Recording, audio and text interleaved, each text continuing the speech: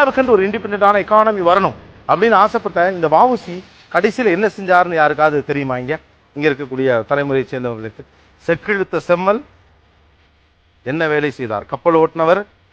நட்டத்துக்காக கப்பலை போய் வெள்ளக்காரன் கொடுத்துருவீங்களா, சுக்குநூறாக்கி வங்கக்கடலில் வீசி இருக்கலாம் என்று தன்மானத்தோடு பேசிய அந்த தமிழன் கடைசியில் என்ன செய்தார் அப்படிங்கிறது யாருக்காவது தெரியுமா? வரலாற்றின் வழியினுடைய ஒரு பக்கம் அது. தமிழர்மணியன் அவர்கள் சொல்வார். அந்த பகுதியை நினைத்து பார்த்தால் மிகவும் இருதயமே ரணப்பட்டு போகும். அவர் கடைசி காலத்தில் சிந்தாதிரிப்பேட்டையில் மளிகை கடை வைத்திருந்தார், எண்ணெய் கடை வைத்திருந்தார், பெரம்பூரில் தான் குடியிருந்தார்.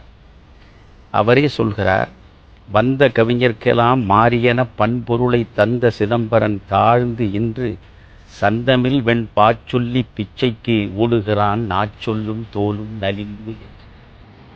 தமிழ் என்று சொல்லி கொண்டு வந்தவனுக்கெல்லாம் அள்ளி அள்ளி கொடுத்த கரம் இது.